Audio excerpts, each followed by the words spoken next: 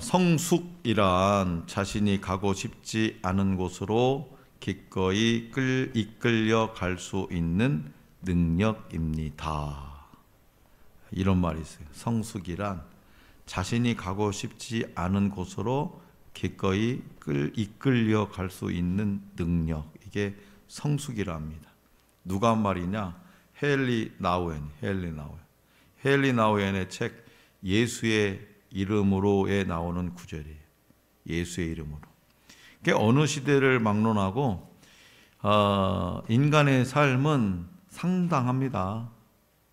알죠? 상당해요. 무슨 얘기냐? 인간의 삶은 그만큼 리얼하다 이 말이에요.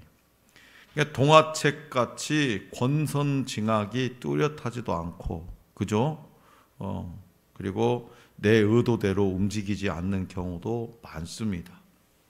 그리스도인의 삶에도 때로는 주님이 나를 엉뚱한 곳으로 이끌어 가실 때도 있어요. 그래도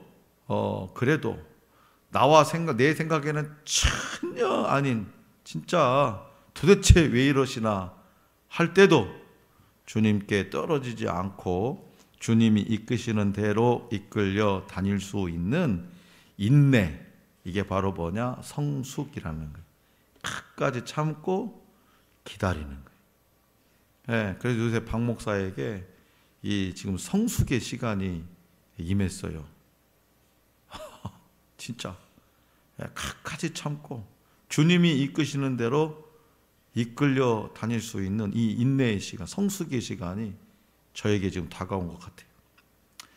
자, 베이킹 파우더를 싫어하는 사람 있죠, 그죠? 베이킹 파우더. 또 그는 밀가루도 또 싫어할 수도 있습니다. 밀가루, 베이킹 파우더도 싫어하고 밀가루도 싫어해요. 그리고 소금도 싫어할 수 있어요. 그런데 이 베이킹 파우더, 밀가루, 소금, 이 모든 것을 딱 합쳐가지고 오븐에다가 딱 구웠더니 뭐가 되냐? 진짜로 맛난 비스켓이 나와버립니다.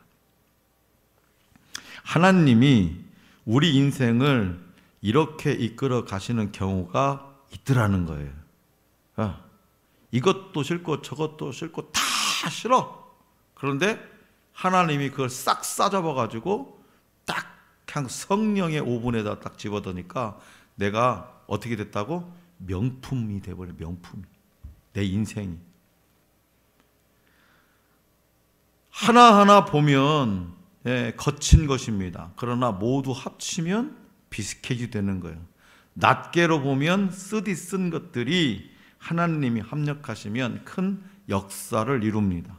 자, 고난은요 쉽게 해석할 수 없죠. 그 누구에게 닥친 고난 쉽게 해석할 수 없죠.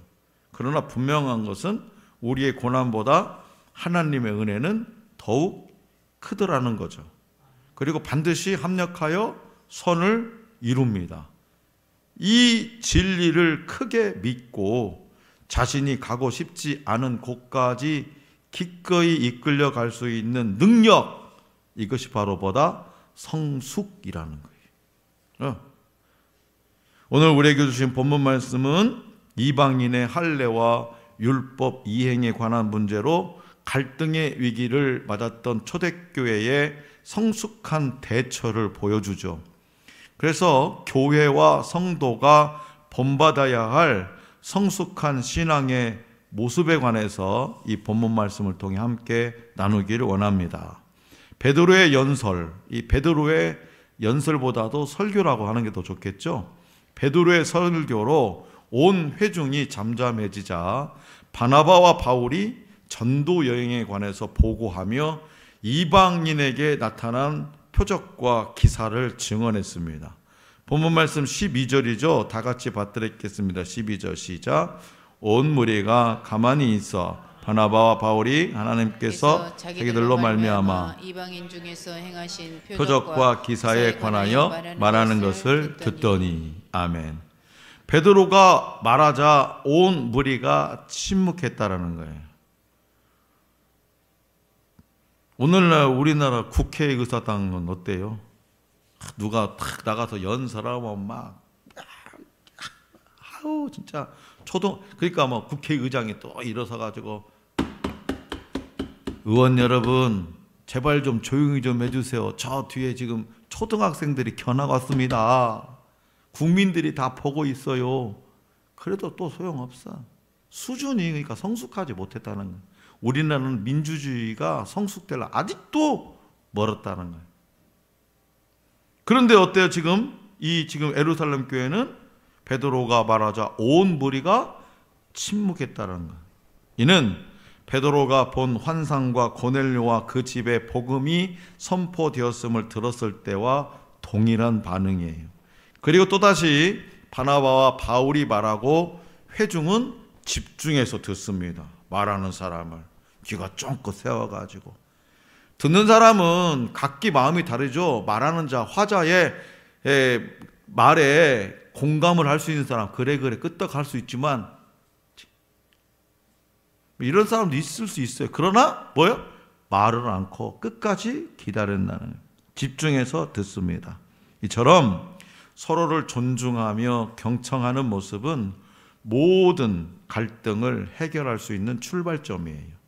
나의 옳은만을 관철하려 하는 자가 되지 말고 모두가 옳은 방향으로 나아가도록 생각하고 경청하는 그런 성숙한 모습이 우리 하늘소망교회 성도들에게 있기를 원합니다. 이어서 야고보가 시므온, 이 베드로죠. 베드로의 증언을 다시 환기시킨 후에 구약 선지자들도 이방인을 하나님의 백성으로 택하셨음을 예언했다고 논증을 해요. 이건 오늘의 문제가 아니다. 지금 구약시대 우리 믿음의 선조들도 있었다. 13절에서 18절입니다. 본문 말씀 13절에서 18절 시작.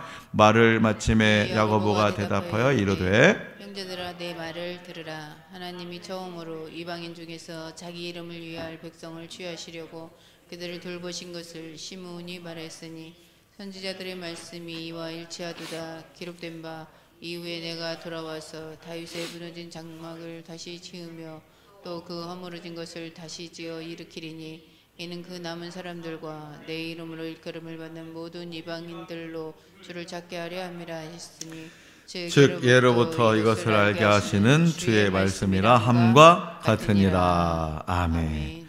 야고보 사도는 형제들아 내 말을 들으라 라고 말하면서 그의 첫 발언을 시작합니다.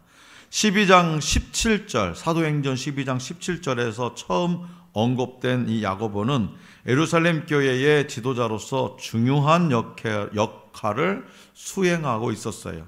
그는 예수님의 동생이라는 신분 때문에 이 역사적으로도 중요했지만 예루살렘 교회에서도 사도들과 장로들의 회의를 주관할 정도로 핵심적인 역할을 맡고 있었어요. 야고보는 지금까지 나온 모든 의견을 취합하고 말씀을 토대로 하나님의 말, 자기 생각, 자기 경험, 자기 어떤 지식 이것이 아니라 하나님의 말씀을 토대로 해서 해석을 해나가죠. 그래서 말씀에 대한 정확한 이해와 균형 잡힌 성품이 있었기 때문에 가능한 일이었어요. 야고보는 아모스서를 인용하며 설교를 합니다. 내 이름으로 일컫는 만국을 기업으로 얻게 하리라. 아모스 9장 12절 말씀인데요. 이 말씀은 이방인을 구원하는 것이 구약시대부터 예언된 하나님의 뜻이라는 거예요. 그렇기 때문에 이방인 성도들에게 공연히 짐을 지워서 부담을 줄 필요가 없음을 강조합니다. 그 유대인들이 강조하는 대표적인 거 뭐냐? 이게 짐이 뭐냐? 이방인들에게 지어준 짐이 뭐요? 율법 규정이었던 할례 문제죠. 그러니까 아브라함의 자손인 이스라엘 백성은 선민으로서 할례 징표를 자부심으로 여겼습니다. 그러나 예수님 오셔서 구약의 율법을 온전히 성취하셨기 때문에 더 이상 육신의 할례는 본질적인 것이 아니라는 거죠.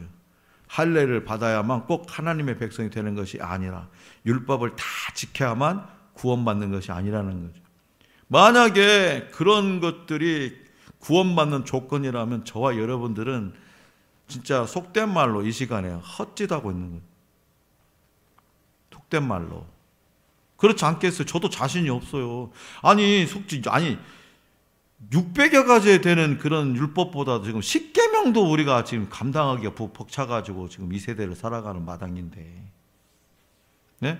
그래서 이로써 앞서 말한 베드로의 증언을 야고보 사도는 한층 강화시켰다. 그래서 야고보는 하나님의 이름으로 일컬음을 받는 이방인들을 그분의 백성으로 포함시켜야 한다는 이 하나님의 목적을 강조해요. 그리고 야고보는 인용의 끝부분 18절에서 예로부터라는 표현을 추가했는데요. 이 말은 영원부터로도 볼 수 있어요. 영원부터. 그러니까 이것은 하나님이 행하신 것이 그분의 오래된 계획, 그러니까 이방인을 구원하는 것이 오래된 하나님의 계획임을 의미하고 있어요.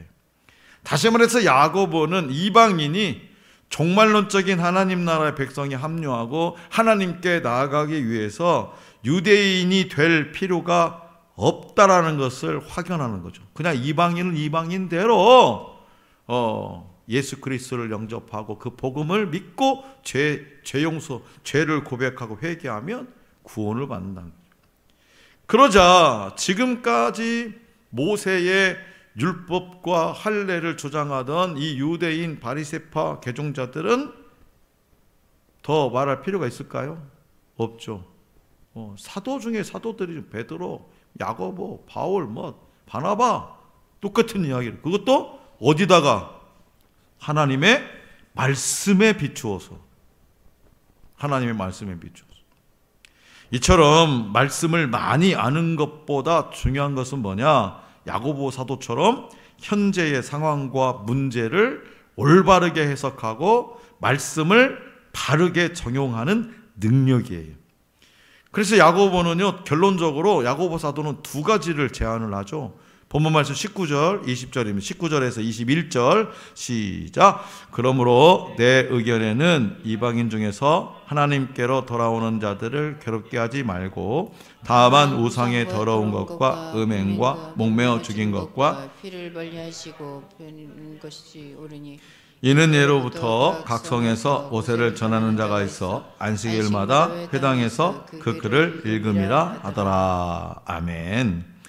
본문 말씀과 같이 야고보 사도는 이방인 성도들에게 할례나 율법의 멍에를 씌우지 말자는 제안과 단지 우상에게 바쳐진 더러운 음식과 음행, 목매어 죽인 것과 피만 멀리하게 하자는 제안이에요.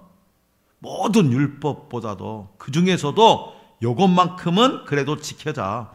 우상에게 바친 더러운 음식, 음행, 목매어 죽인 것, 그 다음 피, 이건 멀리하자. 그래서 이거는요, 구원에 직결되는 문제는 아니에요. 율법을 준수하는 유대인들이 거룩한 삶을 위해서 소중히 여기는 규범들이죠. 비록 구원에 관계없는 상황이지만 이방인들이 유대인들을 배려해서 거룩한 규범들을 준수할 것을 제안합니다. 유대인들도 아니 이제는 할례도 율법도 다 필요 없다. 그러면 유대인들 입장에서는 솔직히 기분이 나쁠 수 있을 거 아니에요. 지금까지 자기는 태어나면서 오직 그 율법 준수 할례를 목표로 삼고 살았는데, 그러니까 또 이방인 입장에서는 유대인들을 또 배려하는 그런 차원의 이야기는. 그래서 야고보의 이러한 제안은 유대인 성도와 이방인 성도들을 모두 만족시키는 지혜로운 판단이었다라는 거죠. 그러니까 교회 공동체도 마찬가지예요. 어느 한쪽으로 확 기울어지면 안 돼. 운동장이 좀 균형 감각을 갖출 수 있는, 평행을 유지할 수 있는 그런 제안들이 좋아요. 어느 한쪽으로 기울어지면 반대편이 있을 수 있거든요. 그래서 공동체 안에서 갈등의 문제를 다룰 때 서로가 이해하고 포용할 수 있는 그런 가족의 모습으로 하나됨을 지킬 수 있어야 됩니다. 이제 예루살렘 교회는 이렇게 정말 신중하게 결정한 회의 결과를 편지로 전달하기 위해서 유다와 실라를 바나바와 바울과 함께 보냅니다. 본문 말씀 22절이에요. 다 같이 받들어 읽겠습니다. 22절 시작. 이에 사도와 장로와 온 교회가 그 중에서 사람들을 택하여 바울과 바나바와 함께 안디옥으로 가보내기를 결정하니 곧 형제 중에 인도자인 바사바라는 유다가 살려. 아멘. 바나바와 바울 편에 편지만 보내지 않고 예루살렘 교회의 대표단을 함께 보내죠. 이렇게 보내는 것은 안디옥 교회, 그러니까 이방인 교회 성도들의 어떤 오해와 논란의 소지를 방지하고 바나바와 바울의 짐을 덜어주기 위한 것이었습니다. 그러니까 바사바라 하는 유다라는 말이 있죠. 바사바라 하는 유다는 마띠아와 함께 사도 후보로 천거된 사람의 이름과 같습니다. 그렇지만 둘이 동일인인지에 대해서는 사도행전에서는 전혀 언급이 되어 있지 않아요. 또 신라는 사도행전에서 여러 번 바울과 함께 등장을 하죠. 바울과 신라. 이들이 전달한 편지의 수신자는 안디옥과 수리아와 길리기아의 이방인 형제들입니다.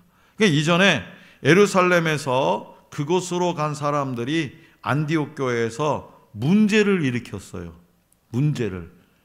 율법, 할례 이거 주장이 있거든요. 그렇기 때문에 예루살렘 교회가 공식적으로 인정한 대표자들을 통해서 그 이전의 잘못을 교정하라는 겁니다. 바울과 바나바만 왔다면 아이고 요것들도 확인할 수가 없으니까 거짓 편지 가지고 왔네 이럴 수도 있잖아요. 그러니까 예루살렘 교회 대표자들을 딱 또 2명 보낸 거예요.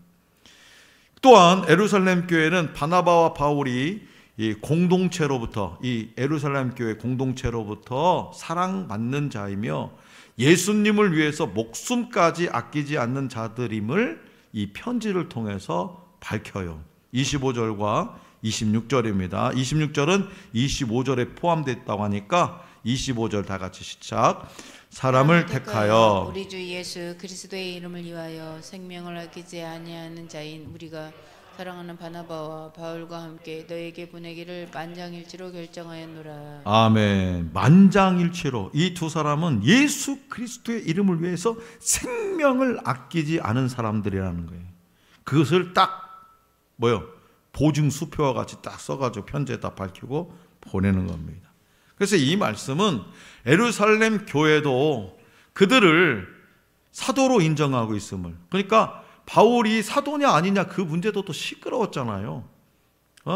그래서 그들을 사도로 인정하고 있음을 공식적으로 알린 겁니다. 그래서 이런 모습을 보면서 서로 존중하고 배려하면서 갈등을 해결해 나가는 지혜를 우리 하늘소망교회 성도들도 배울 수 있기를 원합니다. 제가요, 저희 아이들을 이렇게 키우면 특히 이제 영상이하고 수인이는 연년생으로 컸잖아요. 꼭 같이 붙어 다녔어요. 그러더니 결혼식도 꼭 붙어 다녀. 내가 수인이는 2년 있다가 하라고 했더니 뭐가 또 급하다고 그냥 이어서 또 작년에 이어서 또 바로 간다고 그런지 모르겠지만은 이 아이들이 어렸을 때부터 항상 우리가 가족 공통에 물론 이렇게 의견이 안 맞아가지고 형제들끼리 싸울 수도 있다. 그렇지 않겠어요? 형제들끼리 싸울 수도 있죠. 그러나 밖에 나가서는 그 어떤 일이 있더라도 형 편을 들어라. 동생 편을 들어줘라.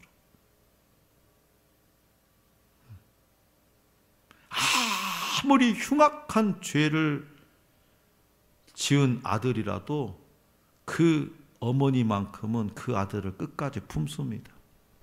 세상은 그를 버릴지라도, 세상은 그를 돌로 쳐 죽이라고 아우성을 쳐도 그 사람의 어머니는요 끝까지 품어요. 끝까지. 우리 하늘 소망교회 성도들도요, 하늘 소망교회라고 하는 울타리 안에서 형제 자매요 한 가족인 거예요. 그러니까 우리가 이 공동체 안에서 서로 의견이 다뤄서 논쟁할 수도 있고 있어요. 그런 갈등도 있을 수 있어요. 그러나 오늘 이렇게 이 예루살렘 교회 공동체처럼 지혜롭게 풀어가고 밖에 나가서는 우리 교회 있잖아. 김유곤 장로님 누가 예를 들어 욕 얻어 먹을 일도 안 하시겠지만 혹시라도 누가 욕 오면은 그냥 우리 장로님은 지금 누가 나는 그렇게 해야 된다고 봐요. 그게 우리 좀 의리 안 해, 의리? 왜 또 둘이 요즘 이제 최경석 집사님 안 오시니까 이제 장로님은 어떻게 집사님 둘이 눈을 흘기고 날 또. 하여튼 봐야 돼요. 그러지 않겠어요. 사랑을 받는 만큼 사랑을 줄 줄도 알아요. 내가 사랑을 받는 만큼 사랑도 줄 줄 알아요.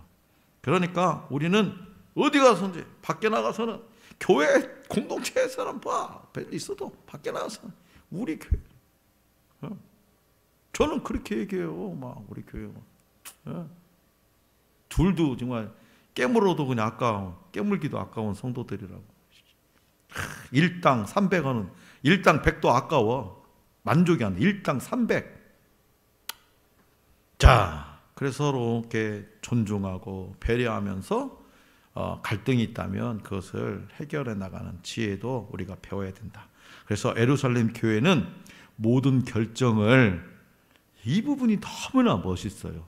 성령과 우리가 내렸다. 성령이 누구예요? 성령이 하나님이잖아요. 우리끼리 그냥 짝짝꿍 했다 이게 아니요.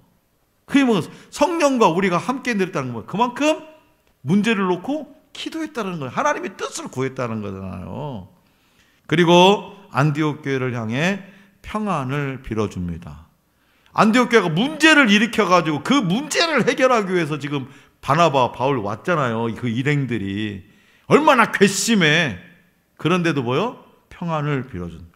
본문 말씀 28절, 29절이에요. 시작. 성령과 우리는 이 요긴한 것들 외에는 아무 짐도 너에게 지우지 아니하는 것이 옳은 줄 알았노니 우상의 제물과 피와 목매어 죽인 것과 음행을 멀리할지니라. 예 스스로 삼가면 잘되리라. 평안함을 원하노라 하였더라. 아멘. 이처럼 예루살렘 교회는 자신들의 입장만을 고집하지 않고 말씀에 따라 판단했고 성령을 의지해서 결정했어요. 그리고 안디옥 교회의 평안을 빌면서 친밀함의 끈을 놓지 않았다는 거죠. 그러니까 갈등의 문제에서 시선을 놓치지 말아야 할 대상은 뭐냐? 문제가 아니라 사람이라는 거예요. 우리가 꼭 어떤 그 갈등 때문에 사람을 잃어버릴 수가 있잖아요. 솔직히. 그러니까 사람을 잃으면 안 돼요. 저도 요즘에 뭔 문제로 좀 갈등이 있는 게 있어요. 근데 내가 그 상대방을 사랑하기를 마음속으로 기도하고 있어요. 얼마나 기도하는지 몰라요. 사람 잃지 않게 해달라고. 다시 말해서 교회 공동체든지 그 어떤 공동체에서든지 문제를 해결하느라 사람을 놓치는 어리석음이 있어서는 안 된다. 자, 사랑하는 성도 여러분, 여러분은 오늘 성장의 길을 가고 계십니까? 성숙의 길을 가고 있습니까? 임은미 케냐 선교사님의 책 최고의 날, 최고의 그리스도인을 보면 성장과 성숙의 의미가 잘 드러나 있어요. 그 책에서는요, 예수님이 그러므로 하늘에 계신 너희 아버지의 온전하심과 같이 너희도 온전하라. 마태복음 5장 48절 말씀인데요. 이 말씀을 소개해요. 그래서 여기서 온전이라는 말은 퍼펙트, 완전하다라는 뜻이라기보다 매추리티, 성숙을 뜻한다고 임은미 선교사는 말해요. 퍼펙트가 아니라 매추리티라는 거예요. 성숙이라는 거예요. 완전하다는 말이. 어느 목사님이 사역을 하면서 성장하기 위해서 피나는 노력을 했대요. 교회가 성장하기를. 그러나 성장을 추구하면 추구할수록 그에게 찾아오는 것은 허무함이었다고 합니다. 하지만 성숙, 성숙을 추구하면서 믿음의 길에 기쁨이 찾아왔더라 이렇게 고백해요. 그리고 요즘은 자기의 뜻보다는 주님의 뜻에 맞추면서 말씀에 순종하기 위해 노력한다고 말합니다. 그러니까 아이가 자라서 성숙의 과정을 거치면서 어른이 되듯이 우리 그리스도인들도요, 그리스도의 장성한 분량에 이르는 성숙의 길을 가야 되는 거죠. 예루살렘 교회의 성숙함은 우리 공동체가 본받아야 될 모습이죠. 누가는 예루살렘 교회의 성숙한 태도의 원인이 뭐냐, 한마디로 말해서 성령이심을 말하고 있어요. 예루살렘 교회가 저렇게 성숙한 교회가 될 수 있던 것은 뭐냐? 성령님이 함께 하시는 거예요. 그래서 28절에서 성령과 우리라는 표현에 우리는 다시 한번 주목해 볼 수 있기를 원합니다. 성령과 우리. 이는 그들이 올바른 결정을 내릴 수 있도록 성령이 역사하셨음에 대한 고백이기도 하죠. 어떤 논쟁에 대해서 막 하지 않았다는, 다 누구라도 기도했다라는 거예요. 성령님의 뜻을 구했다는 거죠. 물론 사도행전 15장 6절에서 21절까지 진행된 회의의 진행 과정에서 성령에 대한 언급이 전혀 나타나 있지 않아요. 그렇기 때문에 독자의 입장에서 약간 당혹스러울 수 있죠. 오늘 저와 여러분들이 독자잖아요. 성령이라는 말이 하나도 없는데 누가는 성령이라는 거예요. 그러나 누가는 성령이 이 모든 과정에 개입하셔서, 회의 과정, 이 모든 과정에 개입하셔서 함께 하셨다고 선언하고 있어요. 초대교회가 직면한 신학적인 어려움을 극복할 수 있었던 배경에는 성령의 인도하심과 역사하심이 있었고, 이에 대한 지도자들과 성도들의 순종이었습니다. 그러므로 예루살렘 교회의 경청, 말씀을 통한 문제 해석, 배려와 존중, 성령을 의지하고 맡기는 모습, 이 모두가 우리 하늘 소망교회 공동체 안에서 아름다운 관계의 원리가 되어서 이 시대의 성숙한 교회의 모습을 이루어 가기를 간절히 기원합니다.